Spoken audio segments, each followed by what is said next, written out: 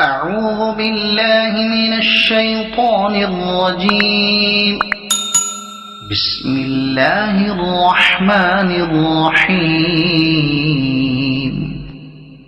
الحمد لله الذي أنزل على عبده الكتاب ولم يجعل له عوجا قيما لينذر بأسا شديدا من لدنه ويبشر المؤمنين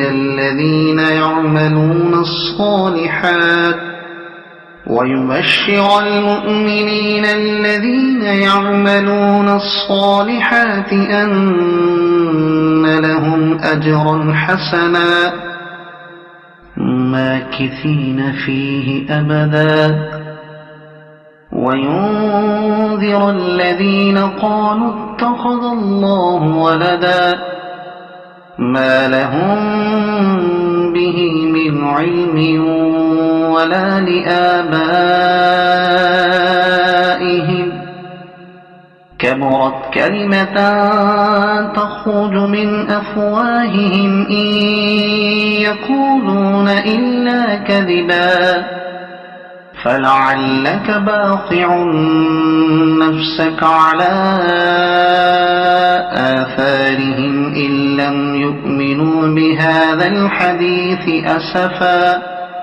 إنا جعلنا ما على الأرض زينة لها لنبلوهم أيهم أحسن عملا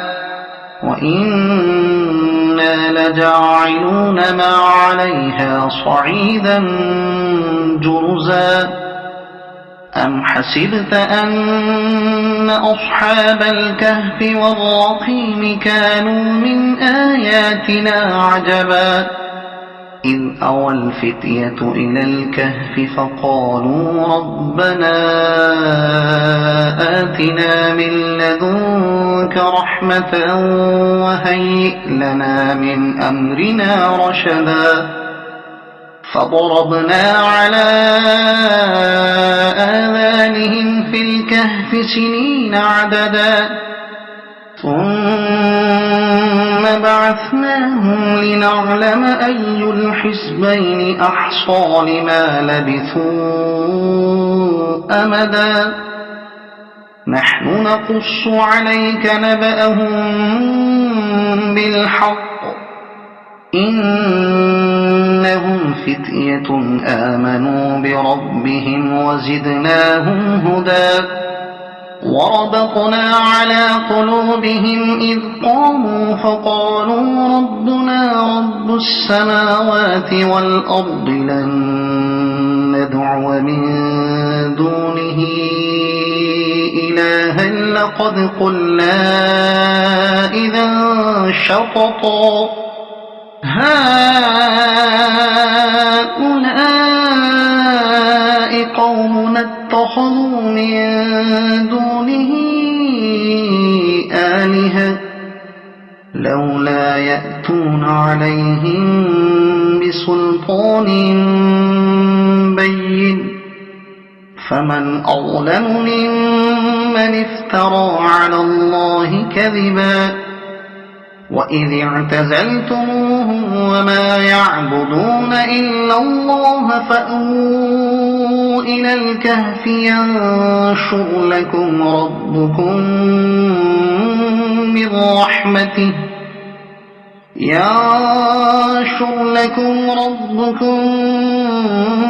من رحمته ويهيئ لكم من أمركم مرفقا وترى الشمس إذا طلعت تزاور عن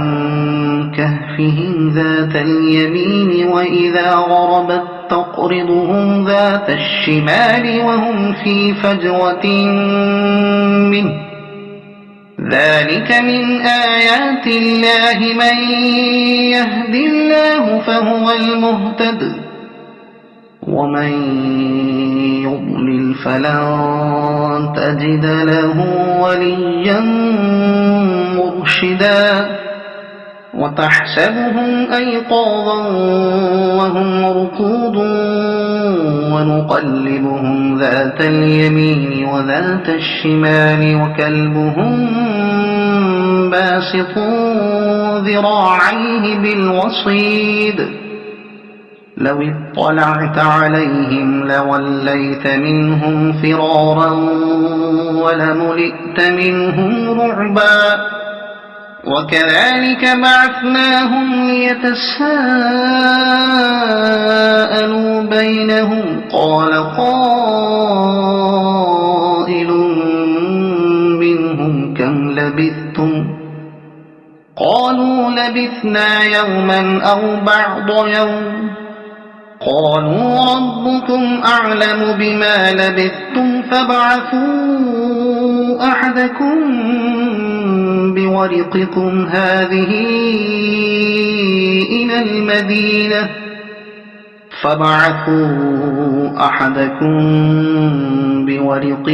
هذه إلى المدينة فلينظر أيها أزكى طعاما فليأتكم برزق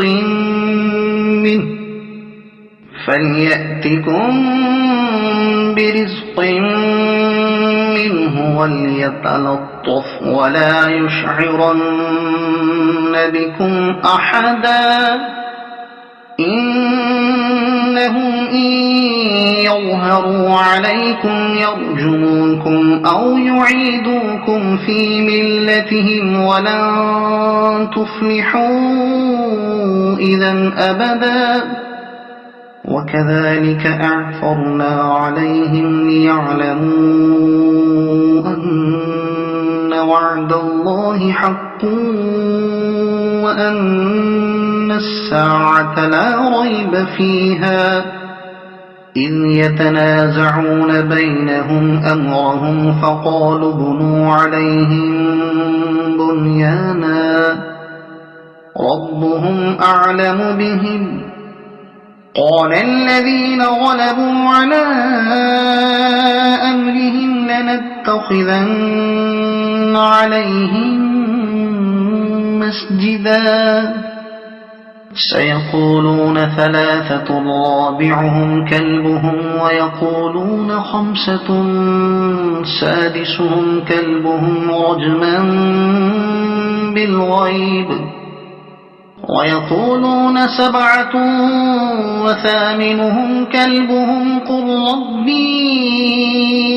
أعلم بعدتهم ما يعلمهم إلا قليل فلا تمار فيهم إلا مراء ظاهرا ولا تستفت فيهم منهم أحدا ولا تقولن لشيء إني فاعل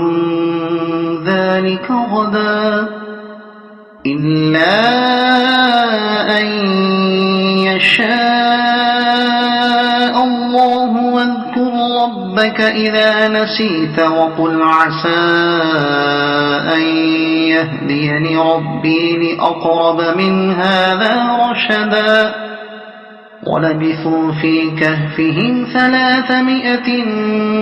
سنين وازدادوا 9 قل الله أعلم بما لبثوا له غيب السماوات والأرض أبصر به وأسمع ما لهم من دونه من ولي ولا يشرك في حكمه أحدا واتل ما أوحي إليك من كتاب ربك لا مبدل لكلماته ولن تجد من دونه ملتحدا واصبر نفسك مع الذين يدعون ربهم بالغداة والعشي يريدون وجهه ولا تعد عيناك عنهم تريد زينة الحياة الدنيا ولا تطع من أغفلنا قلبه عن ذكرنا واتبع هواه وكان أمره فرطا وقل الحق من ربكم فمن شاء فليؤمن ومن شاء فليكفر إنا أعتدنا للظالمين نارا أحاط بهم سرادقها وإن يستغيثوا يغاثوا بماء كالمهل يشوي الوجوه بئس الشراب وساءت مرتفقا إن الذين آمنوا وعملوا الصالحات إنا لا نضيع أجر من أحسن عملا أولئك لهم جنات عدن تجري من تحتهم الأنهار يحلون فيها من أساور من ذهب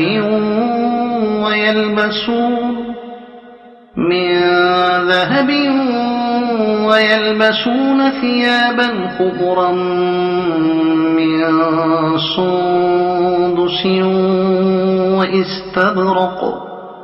من سندس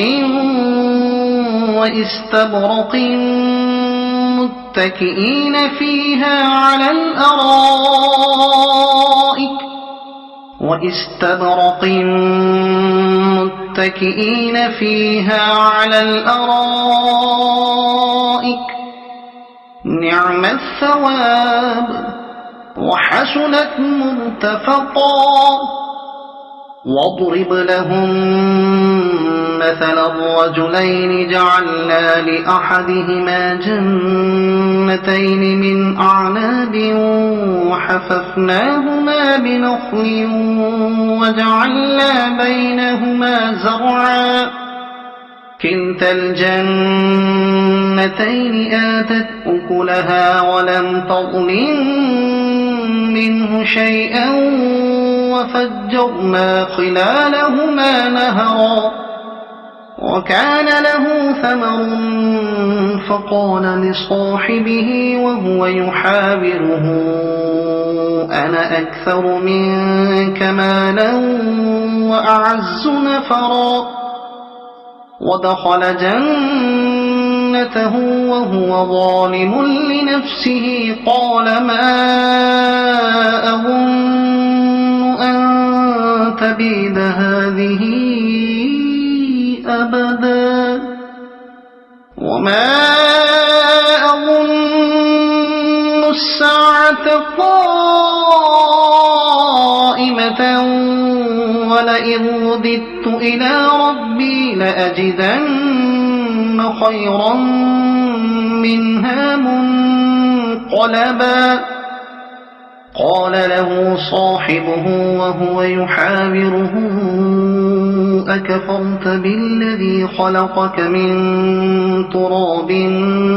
ثم من نطفة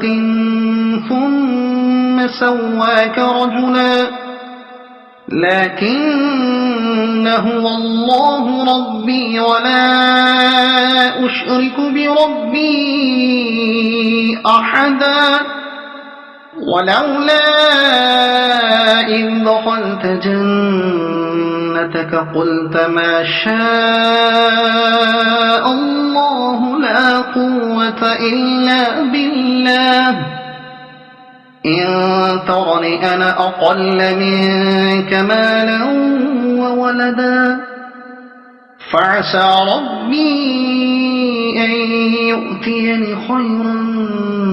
من جنتك ويرسل عليها حسبانا من السماء فتصبح صعيدا زلقا أو يصبح ماؤها غورا فلن تستطيع له طلبا وأحيط بثمره فأصبح يقلب كفيه على ما أنفق فيها وهي خاوية على عروشها ويقول يا ليتني لم أشرك بربي أحدا ولم تكن له فئة ينصرونه من دون الله وما كان منتصرا هنالك الولاية لله الحق هو خير ثوابا وخير عقبا واضرب لهم مثل الحياة الدنيا كماء أنزلناه من السماء فاختلط به نبات الأرض فأصبح هشيما تذروه الرياح وكان الله على كل شيء مقتدرا المال والبنون زينة الحياة الدنيا والباقيات الصالحات خير عند ربك ثوابا وخير أملا ويوم نسير الجبال وترى الأرض بارزة وحشرناهم فلم نغادر منهم أحدا وعرضوا على ربك صفا لقد جئتمونا كما خلقناكم أول مرة بل زعمتم أن لن نجعل لكم موعدا ووضع الكتاب فترى المجرمين مشفقين مما فيه ويقولون يا ويلتنا ما لهذا الكتاب لا يغادر صغيرة ولا كبيرة إلا أحصاها ووجدوا ما عملوا حاضرا ولا يظلم ربك أحدا وإذ قلنا للملائكة اسجدوا لآدم فسجدوا إلا إبليس كان من الجن ففسق عن أمر ربه أفتتخذونه وذريته أولياء من دوني وهم لكم عدو بئس للظالمين بدلا ما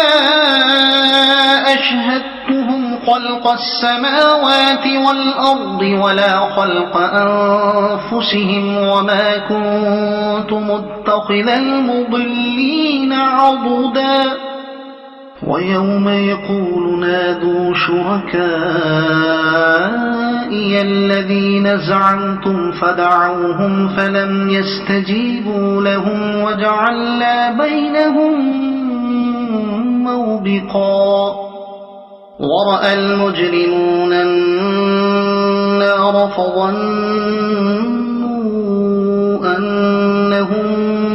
واقعوها ولم يجدوا عنها مصرفا ولقد صرفنا في هذا القرآن للناس من كل مثل وكان الإنسان أكثر شيء جدلا وما منع الناس أن يؤمنوا إذ جاءهم الهدى ويستغفروا ربهم إلا أن تأتيهم سنة الأولين إلا أن تأتيهم سنة الأولين أو يأتيهم العذاب قبلا وما نرسل المرسلين إلا مبشرين ومنذرين ويجادل الذين كفروا بالباطل ليدحضوا به الحق واتخذوا آياتي وما أنذروا هزوا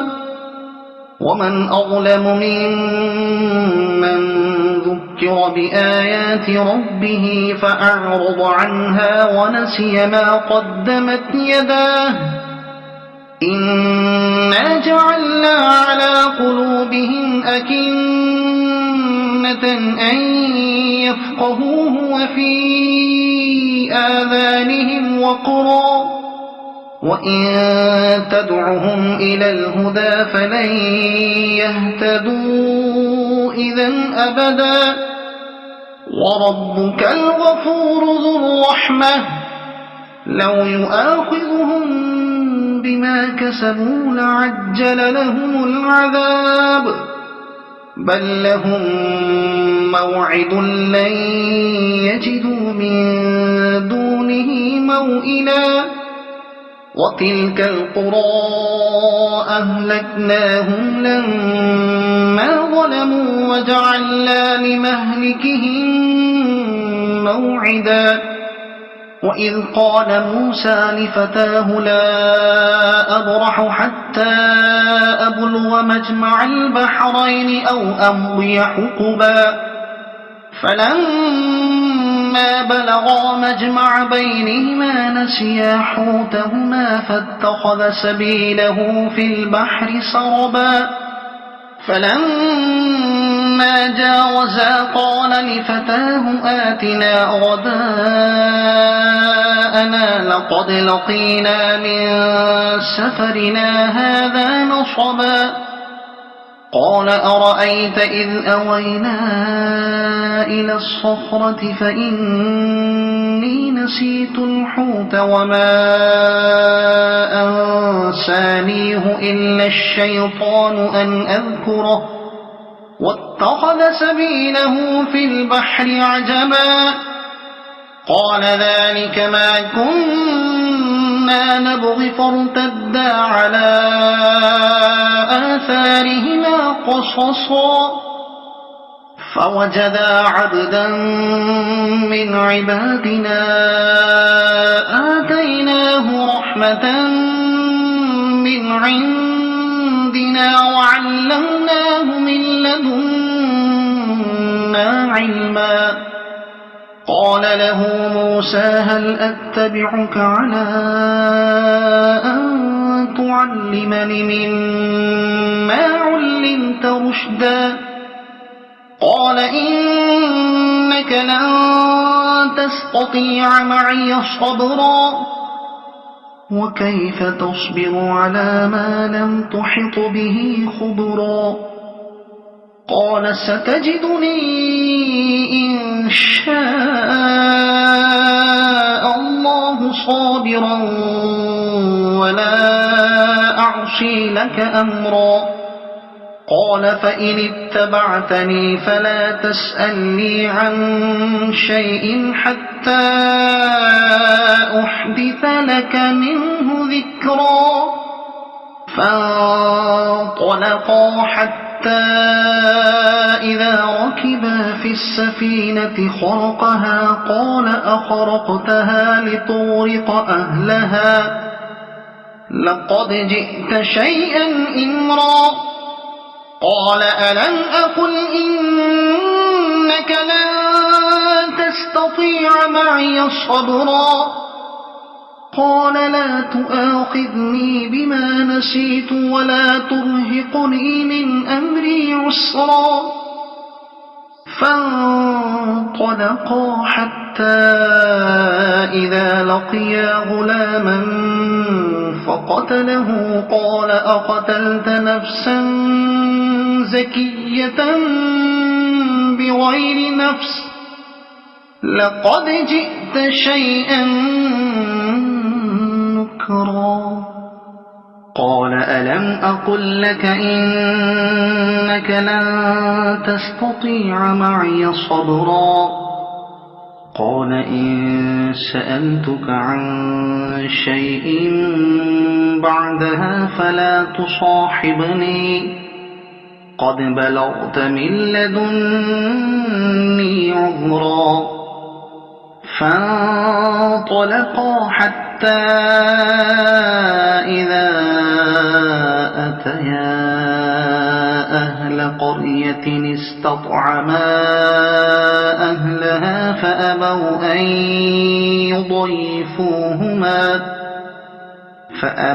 أن يضيفوهما فوجدا فيها جدارا يريد أن ينقض فأقامه قال لو شئت لاتخذت عليه أجرا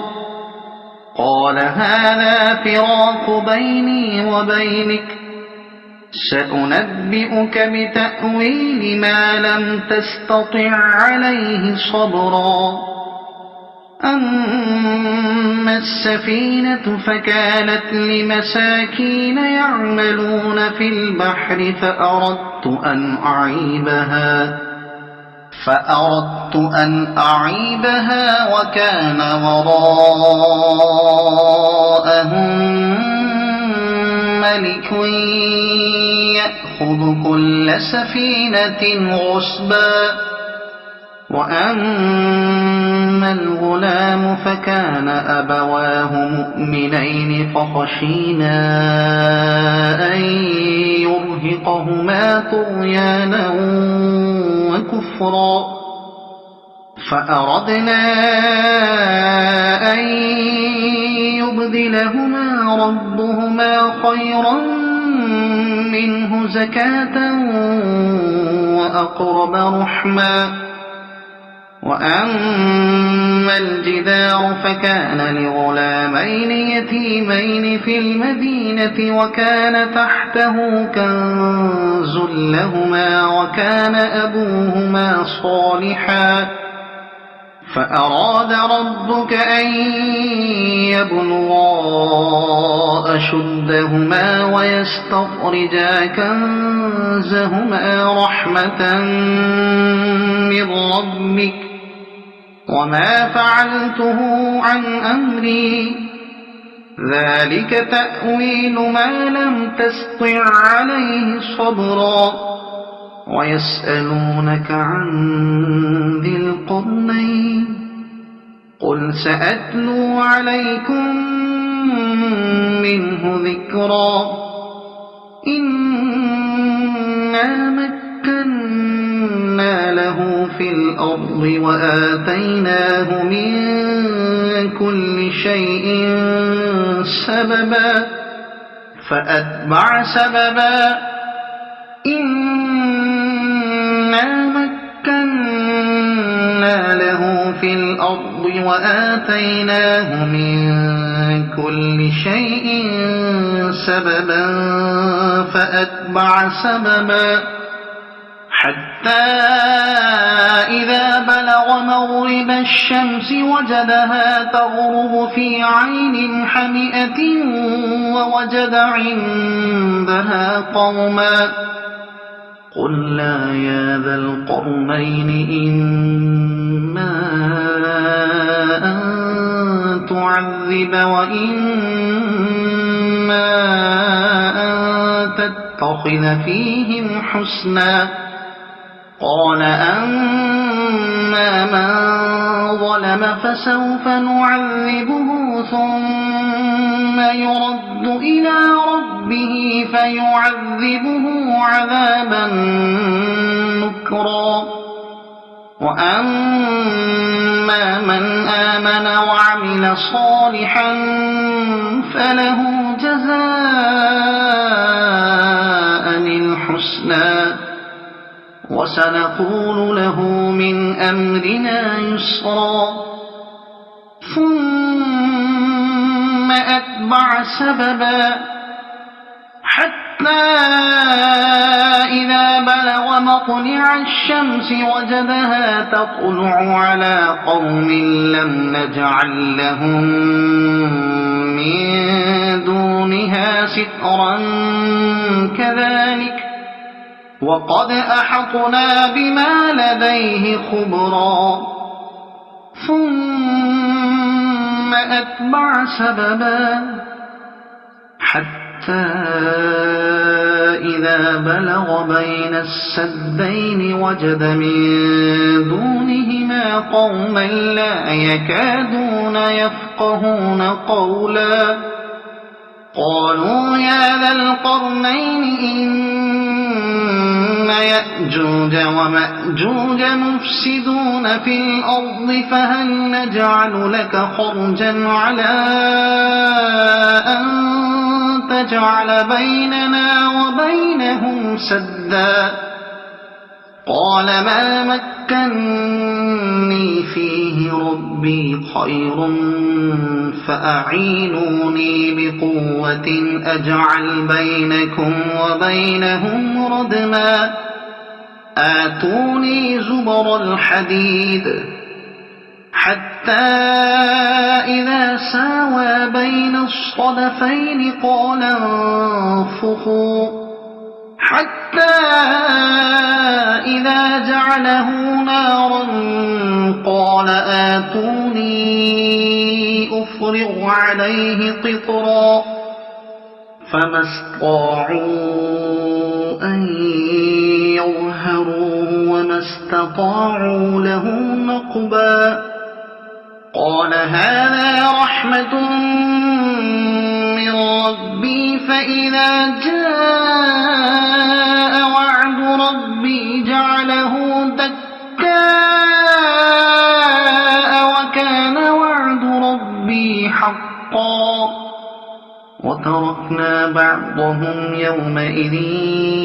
يموج في بعض ونفخ في الصور فجمعناهم جمعا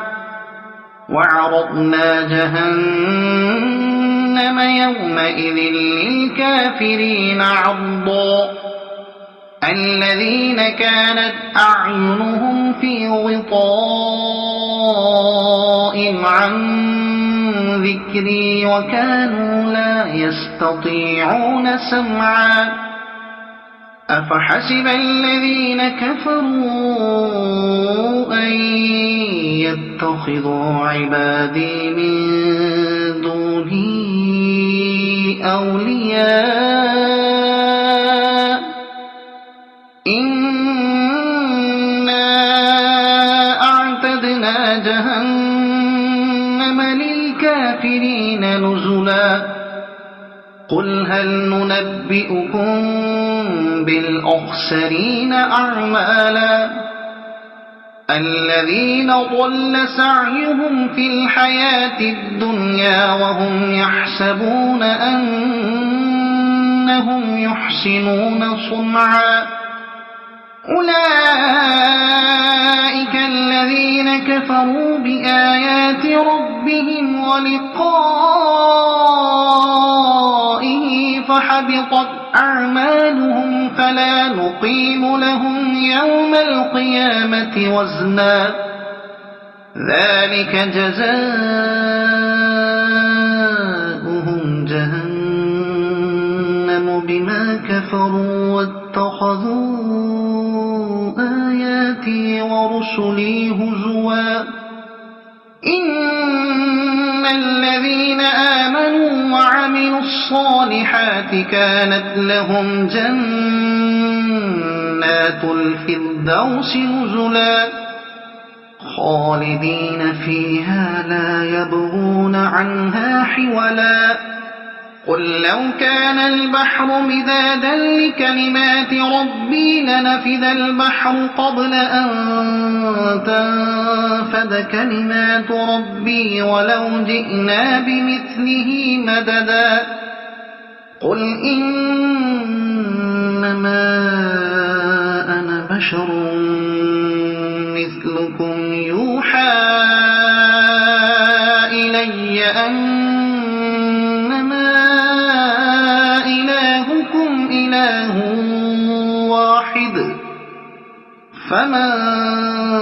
كان يرجو لقاء ربه فليعمل عملا صالحا ولا يشرك بعبادة ربه أحدا.